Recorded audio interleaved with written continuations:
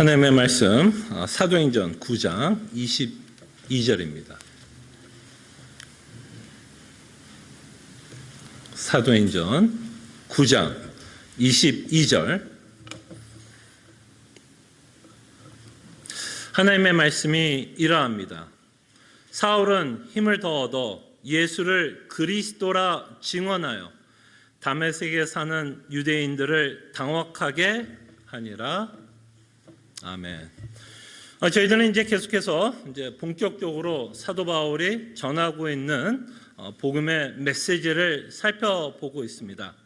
오늘 사도가 전하고 있는 복음의 메시지는 이것이죠. 예수는 그리스도이시다. 예수는 그리스도이시다. 그리고 이 말씀에 유대인들은 상당히 당혹스러워하고 당황해하고 있는 모습을 저희들이 보게 됐는데, 왜 이들이, 특별히 유대인들이 사도가 전했던 이 복음의 메시지가 왜 당혹스러운지 저희들이 좀 생각해 보겠습니다. 그래서 오늘 여러분들과 좀 생각해 보고 싶은 단어는 이 단어입니다. 그리스도, 그죠? 그리스도라고 하는 이 단어를 저희들이 좀 생각해 보겠습니다. 자, 그럴 때 우리가 좀 먼저 좀 생각하기 전에, 그리스도라는 단어를 좀 생각하기 전에 저희들은 좀 먼저 좀 생각해 보고 싶은 것이 있습니다. 하나님이 영원전부터, 그죠? 그의 기쁘신 뜻이 있었다라는 것을 성경은 끊임없이 우리에게 말씀합니다. 그러면서 하나님이 영원전부터 어떤 뜻을 갖고 있었냐면 죄인인 우리를 구원하실 뜻을 갖고 계셨습니다.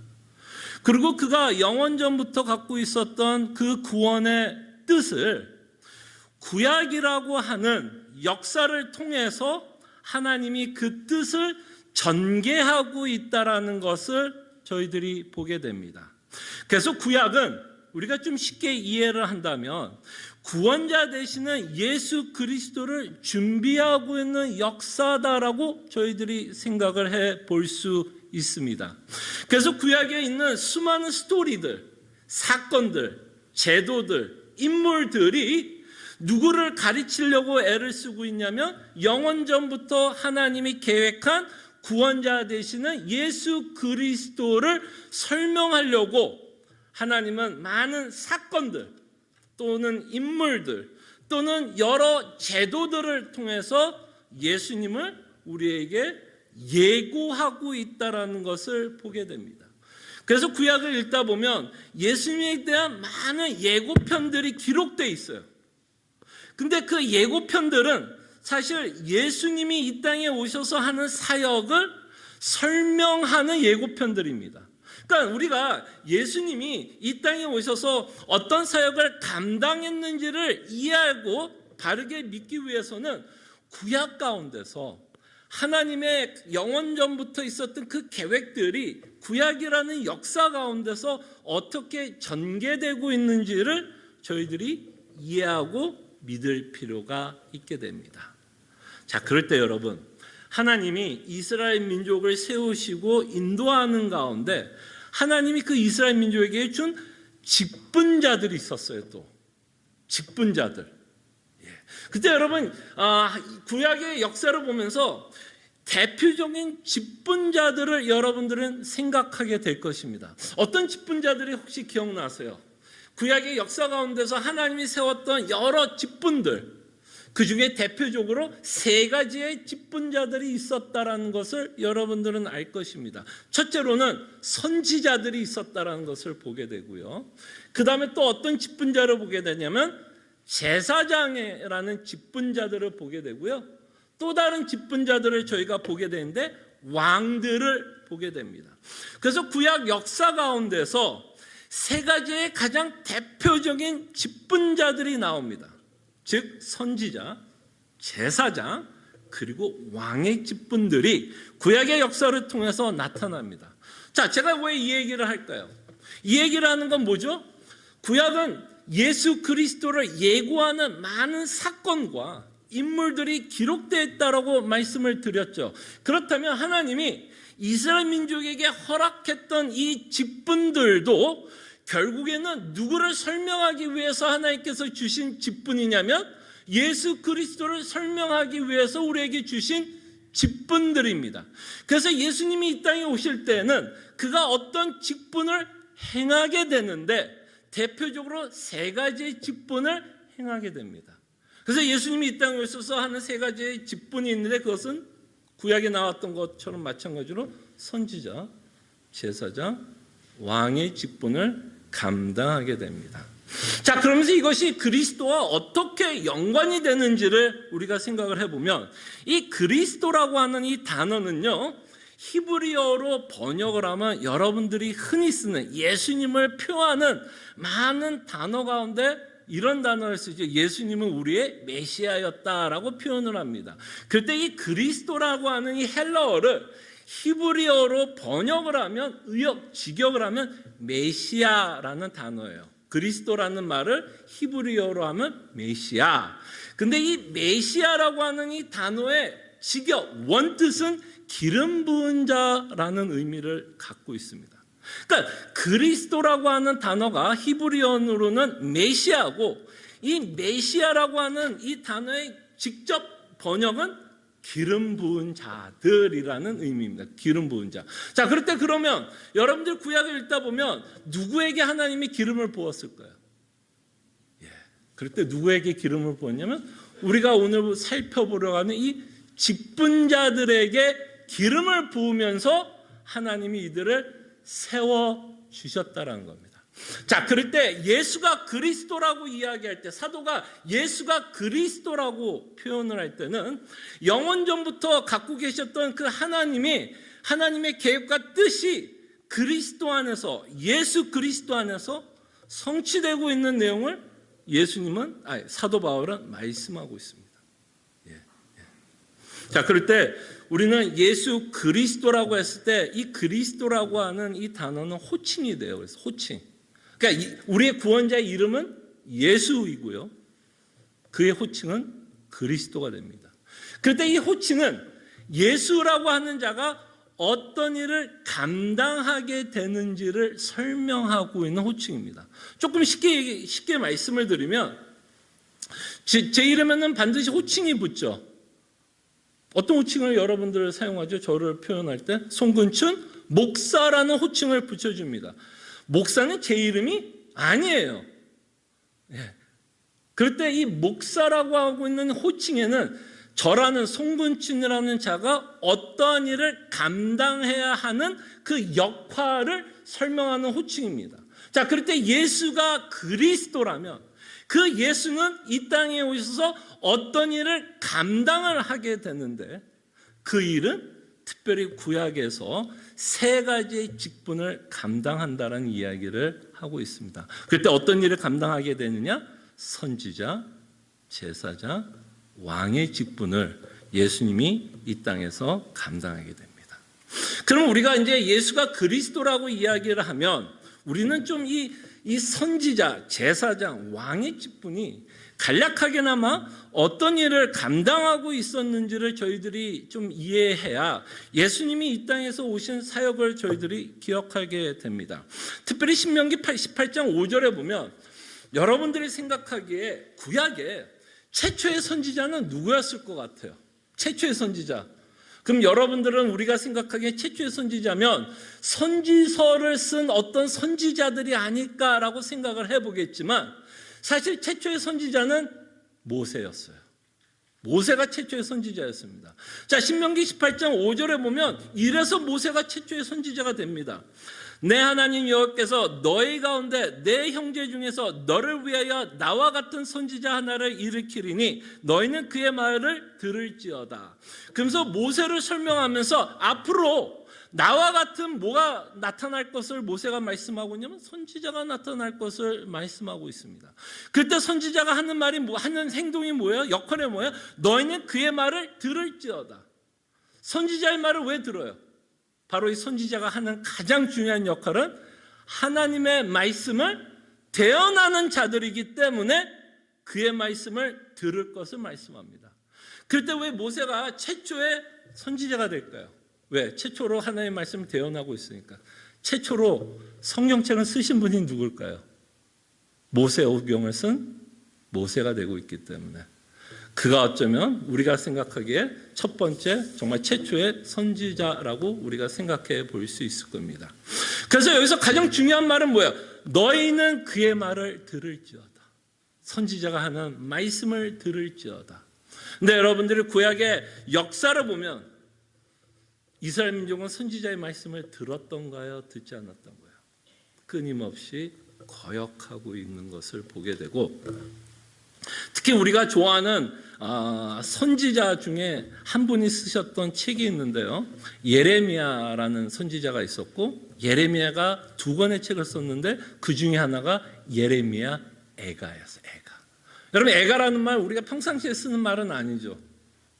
그때 영어로는 lamentation이라는 단어인데, lamentation이라는 단어도 우리가 평상시 영어로 쓰는 단어는 아니에요. 그러니까 쉽게 얘기하면 뭐냐면 슬픔이라는 뜻이에요. 그러니까 예레미야 애가는 예레미야의 슬픔이라고 우리가 직역해서 설명할 수 있겠죠.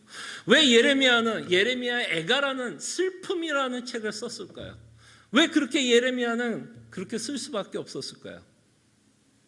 자신의 말, 즉 하나님의 말씀을, 그죠? 예레미야를 통해서 하나님의 말씀을 대언하고 전하는데 이스라엘 민족은 끊임없이 그 말씀을 거역하고 있는 모습을 보면서 예레미야 애가는 이렇게 시작하죠. 슬프도소이다. 그 슬픔. 슬픔. 그래서 우리는 어쩌면 이 예레미야 애가와 같은 마음을 갖고 우리는 이 땅에 살아가는 것 같아요. 여러분들 가장 마음 아픈 게 뭐죠? 특별히 우리 교인들 가운데 제가 이제 각 가정을 좀 신방할 때 성도들에게 묻습니다. 그 가정의 기도 제목이 뭐예요? 라고 물어보면 많은 경우에 만약에 자녀들이 믿지 않을 경우면, 그죠? 믿지 않는 자녀가 있다면 그 부모들은 저에게 무엇을 위해서 기도해달라고 부탁할까요? 자녀의 믿음을 위해서 기도해달라고 부탁합니다. 그럴 때 자녀의 믿음을 위해서 기도할 때 그 부모의 심정은 어떨까요? 기쁠까요? 슬플까요? 안타까울까요? 당연히 슬프고 안타까운 마음으로 자녀를 위해서 기도해달라고 이야기를 합니다. 세상은 우리가 계속해서 사도행전이나 복음서를 보면 끊임없이 선지자의 말씀, 하나님의 말씀을 대적하고 거역하고 있는 모습을 저희들이 보게 됩니다. 그래서 하나님은 선지자들을 통해서 하나님의 말씀을 대언할 수 있도록 선지자들을 세우셨어요. 그리고 또 다른 직분자의 하나님 제사장. 제사장의 직분이 하는 일 중에 가장 중요한 건 구약의 제사 제도를, 그죠? 이끄는 직분입니다. 그때 하나님이 제사 제도를 허락한 이유가 뭘까요? 끊임없이 대적하고, 그죠? 대적하고는 이스라엘 민족이 하나님께 나갈 수 있도록, 하나님과 끊임없이 교제할 수 있도록, 그 교제가 있기 위해서는 끊임없이 이스라엘의 죄의 문제를 하나님이 해결해 주셔야만 이스라엘 민족이 끊임없이 하나님께 나갈 수 있게 됩니다. 좀 전에 말씀드린 것처럼 선지자의 말씀을 대적하고 있는 이스라엘을 향해서는 하나님이 진노할 수밖에 없었겠죠. 그럼에도 불구하고 하나님은 이들을 구원하기 위해서 그들이 하나님 앞에 나올 수 있도록 하나님은 제도를 하나 허락하는데 그것이 제사 제도였고, 그 제사 제도에서 그것을 행하는 직분자로서 제사장을 세우고 있는 것을 저희들이 보게 됩니다. 제사장 이야기는 여러분들에게 하지 않더라도 여러분들은 이미 제사장이 어떤 역할을 하고 있었다는 것을 여러분들은 알 것입니다. 또 다른 직분자를 하나님께서 세우셨는데 그것은 왕이었어요. 그때 왕이 하는 일이 뭐였을까요, 여러분? 왕이 하는 가장 중요한 역할 중에 하나는 2가지였겠죠. 외세로부터 보호, 신임, 적들에서부터 보호, 그 다음에는 그 안에서 백성들을 슬기롭고 지혜롭게 또는 선하게 통치하는 것, 이것이 왕의 직분이었습니다. 자, 근데 여러분 생각해 보십시오. 하나님이 주신 이 구약에 있었던 직분자들은 다 하나같이 한계를 갖고 있었을까요? 없었을까요? 다 하나같이 한계를 갖고 있었어요. 다 부족한 직분자들이었어요. 그죠? 근데 여러분 왕을 한번 생각해 보세요. 여러분들은 그냥 왕하면 다윗 정도로 생각할 수 있지만 구약의 이스라엘의 왕은 다윗만은 아니었어요. 다윗 후대에 나타난 수많은 왕들은 사실은 하나님이 기뻐하는 왕보다는 하나님을 노엽게 하고 슬프게 했던 왕들이 더 많았어요. 그런 말미암아 이스라엘은 어떤 일을 겪게 되죠? 남과 북이 갈라지는 하나님의 심판을 받게 되는 모습도 저희들이 보게 됩니다.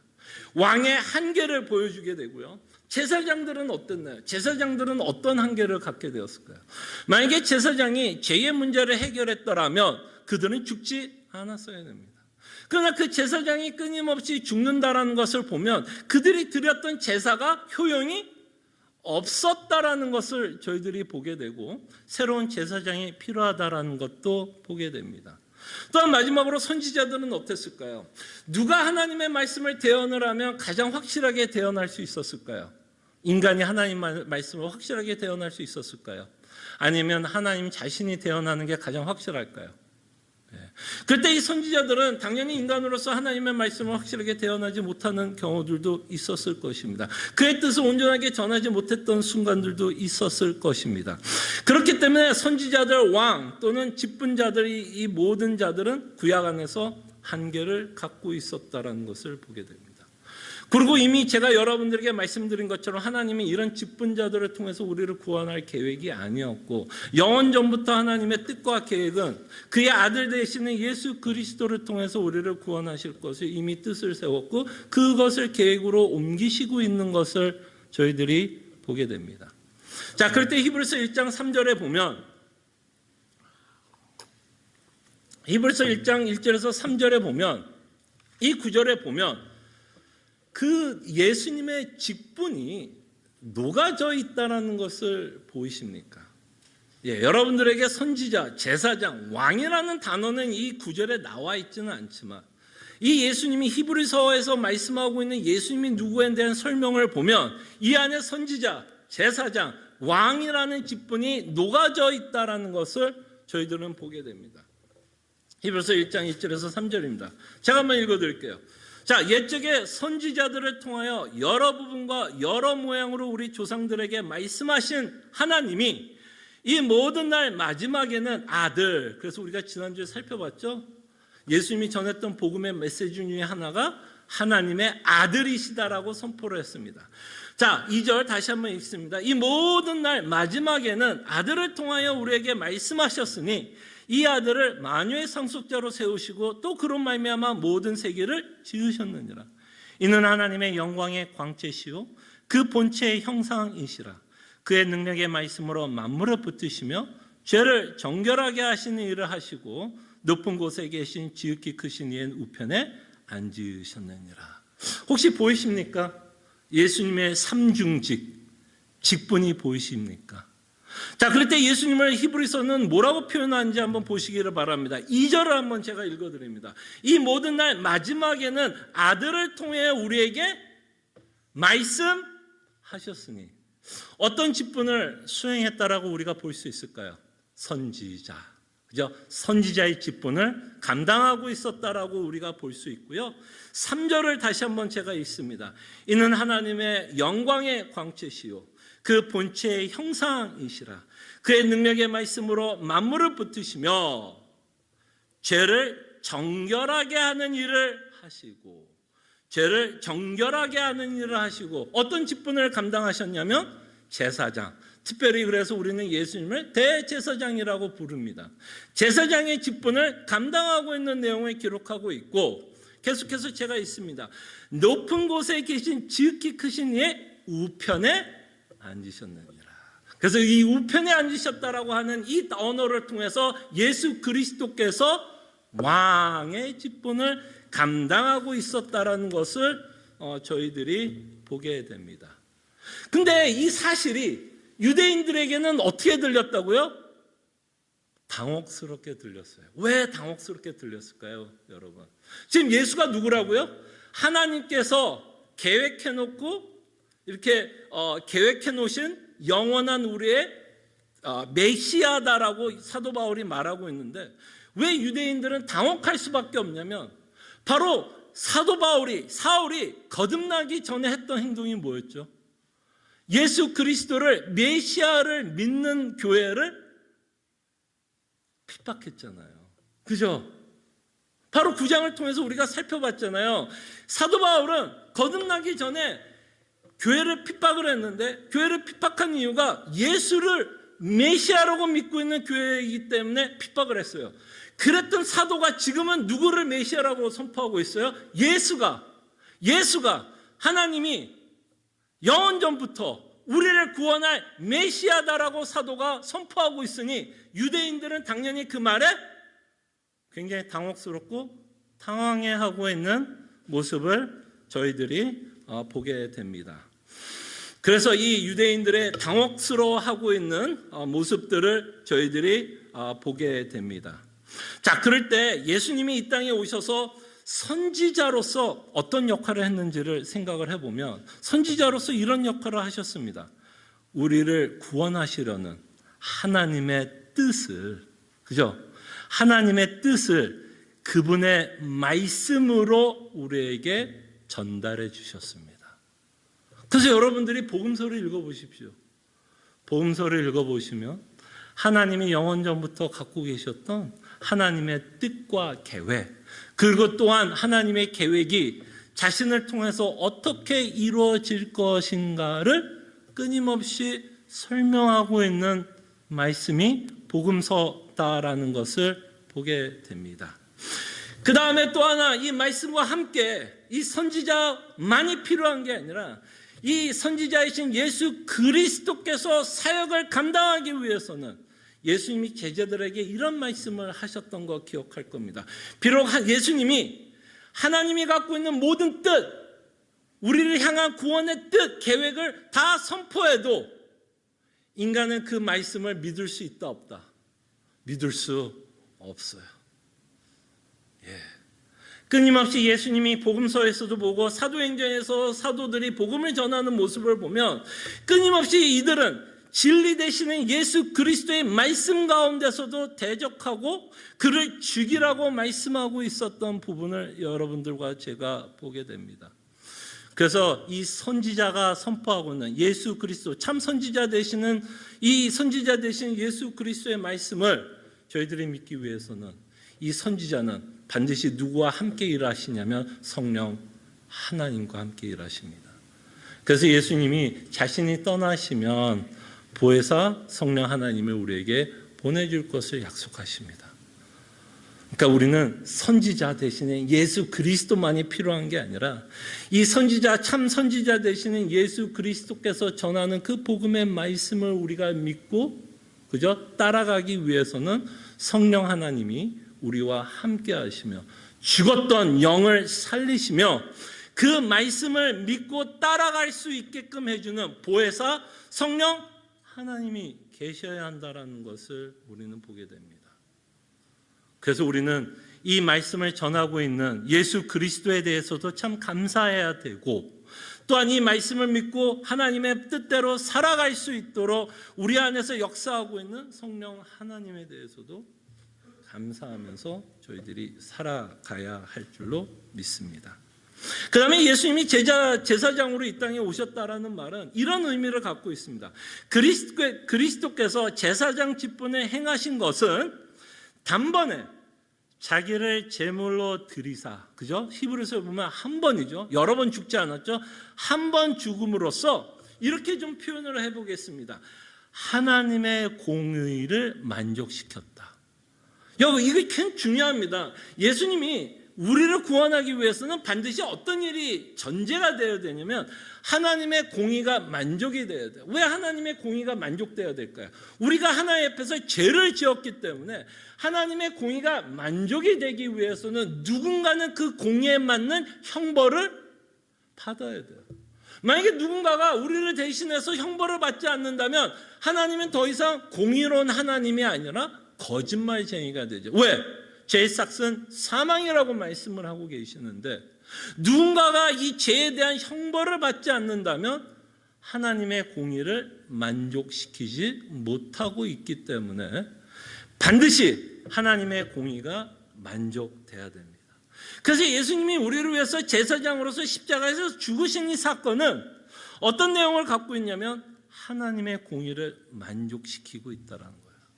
하나님의 공의, 즉 우리를 대신해서 나를 대신하여 내가 마땅히 하나님으로부터 심판과 정죄와 저주를 받았어야 될 우리를 위해서 하나님의 공의를 만족시켰다라는 말은 나를 대신하여 십자가에 죽으시고 나를 대신하여 하나님이 나를 대신하여 형벌을 받았다라는 것입니다.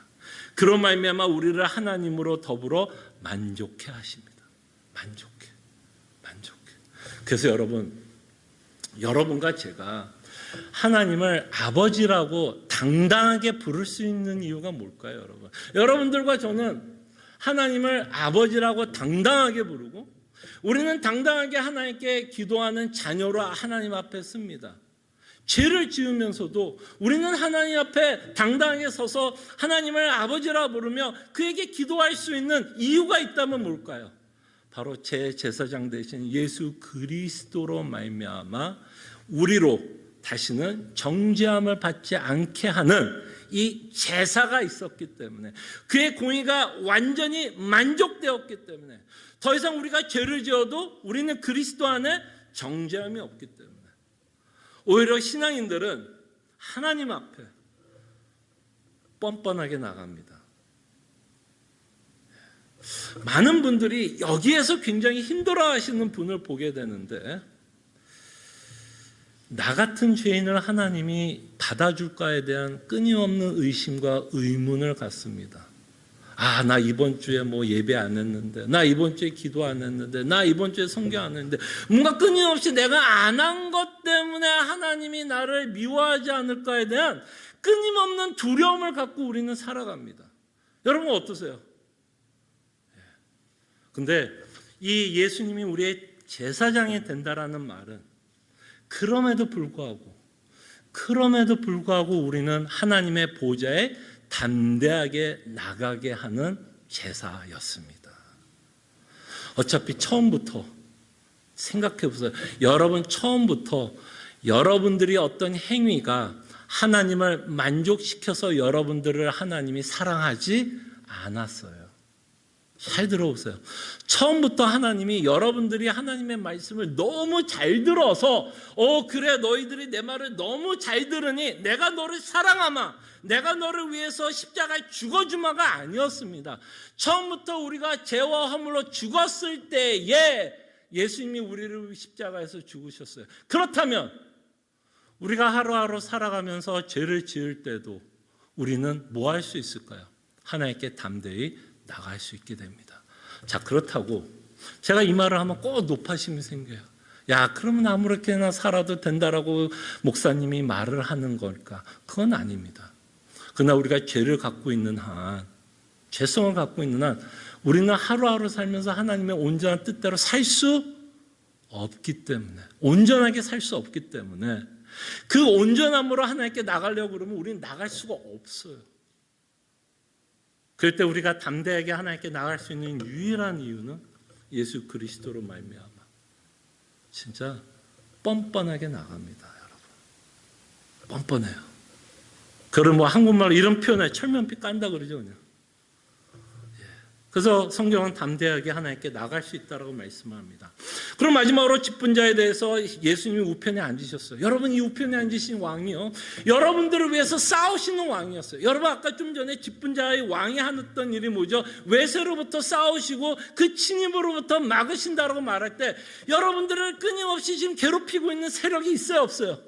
에베소서 2장에 보면 흑암의 세력이 있다고 말해요, 흑암의 세력이 없다고 그래요. 사탄의 세계가 있다고 말해요, 사탄의 세계가 없다고 말해요. 끊임없이 성경은 영적 전쟁이 우리 안에서 일어난다라고 말씀을 하고 있습니다. 그럴 때 영적 전쟁 가운데서 우리를 보호하고 유지하시고 있는 참 왕, 전지전능하신 왕이 우리를 보호하고 있다라고 말씀합니다. 그 왕의 능력이 얼마나 대단한가 하면 죽은 사람도 살려내는 어마어마한 전능하신 왕이시고, 그 다음에 세상을 창조한 왕이시기도 합니다. 그 왕이 누구의 왕이에요? 나의 왕. 나를 다스리고 나를 보호하시며 내 인생을 주도 면밀하게 인도하고 있는 왕이시다라고 말씀을 합니다. 그때 우리가 이 삼중직, 이 직분을 갖고 있는 이 삼중직을 우리가 바르게 이해한다면 다시 한번 우리가 믿고 있는 그리스도가 누구이신지를 더 확실하게 알게 되고 그가 우리를 위해서 하신 그 사역의 깊이와 넓이와 그 풍성함을 저희들이 누리면서 살아갈 수 있을 것입니다. 그러면서 여러분들에게 마지막으로 좀 적용을 한다면 저는 이렇게 한번 적용을 해볼게요. 성경을 보면 이 성도를 표현하는 단어들이 참 많습니다. 성도가 누구인지를 표현하는 단어들이 참 많은데요. 여러분들을 성경에서는 교회라고도 표현을 하고 신부라고도 표현을 하고 여러 단어를 통해서 성도가 누구인지를 표현하는 단어가 있지만 사도행전에 보면 안디옥 교회에 있었던 성도들을 표현했던 단어가 하나 있었습니다. 그들을 그리스도인이라 일컬음을 받았다라고 표현을 합니다. 그리스도인. 자, 그렇다면 이 그리스도인, 여러분과 저는 어떤 자이죠? 그리스도인입니다. 그리스도인이에요. 그리스도와 연합되었고 그리스도와 하나가 되었기 때문에 우리는 그리스도인입니다. 그럴 때 이 그리스도인은 그리스도인답게 살아갑니다. 그럴 때 그리스도인은 어떤 삶을 살아갈까요?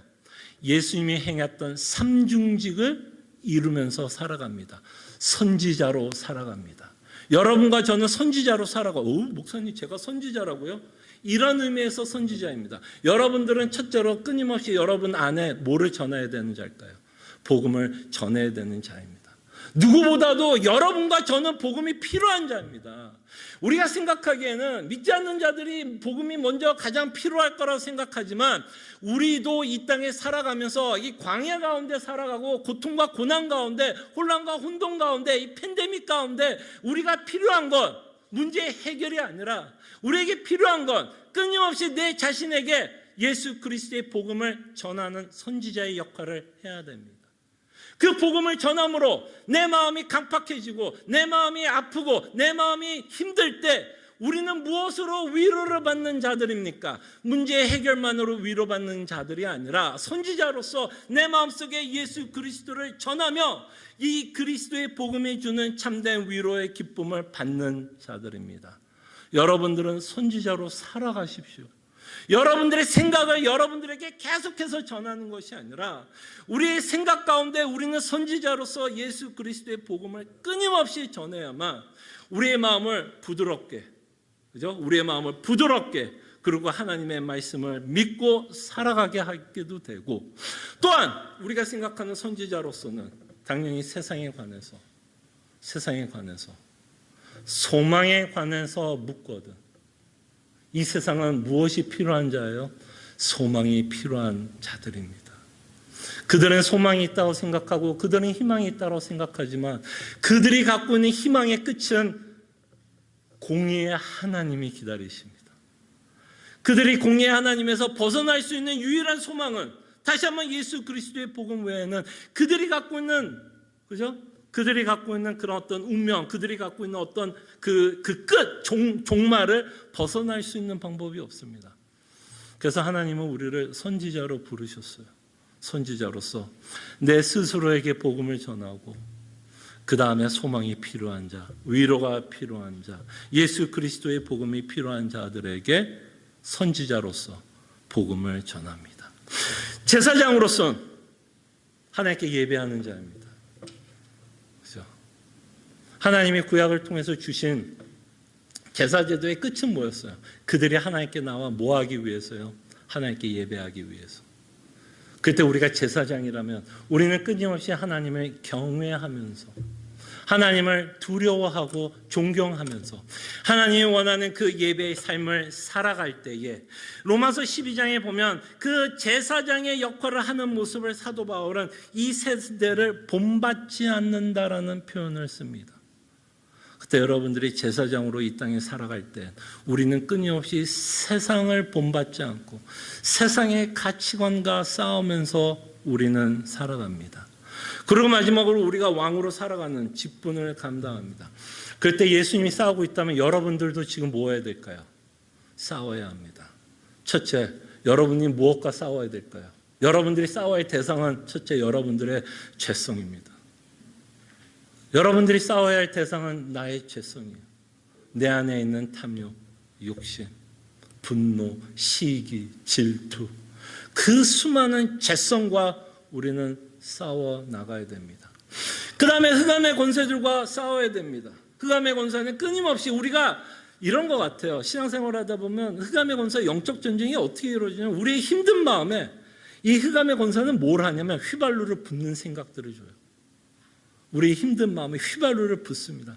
그러니까 여러분들이 어떤 부정적인 생각을 하게 되고 염려에 빠지면 보통 어때요? 염려는 또 다른 염려를 낳는 걸 보지 않습니까? 그리고 그 또 다른 염려는 또 다른 염려를 낳게. 그러니까 부정은 부정을 낳고 부정은 끊임없이 부정을 낳는데 그때 계속해서 틈타면서 여러분들을 계속해서 부정적으로 생각하게끔 여러분들을 유혹하는 세력이 있다는 거예요. 저는 그것도 영적 전쟁이라고 생각을 합니다. 그 부정에서 헤어나지 못하고 있는 우리의 모습 가운데 우리가 그 말에 속게끔 하는 세력이 있다는 거예요.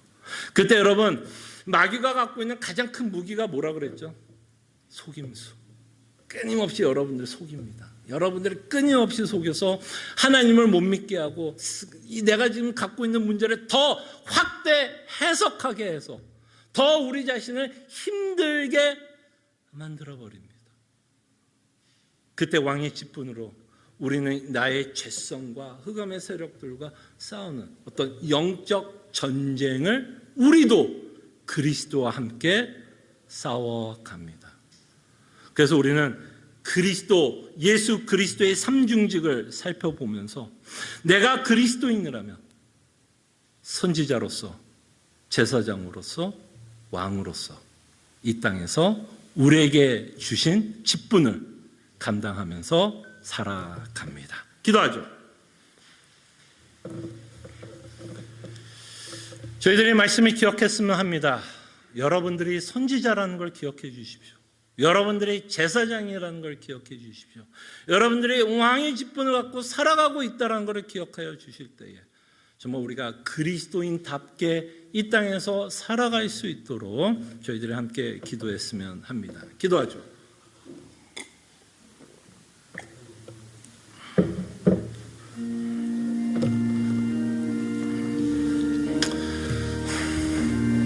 주여.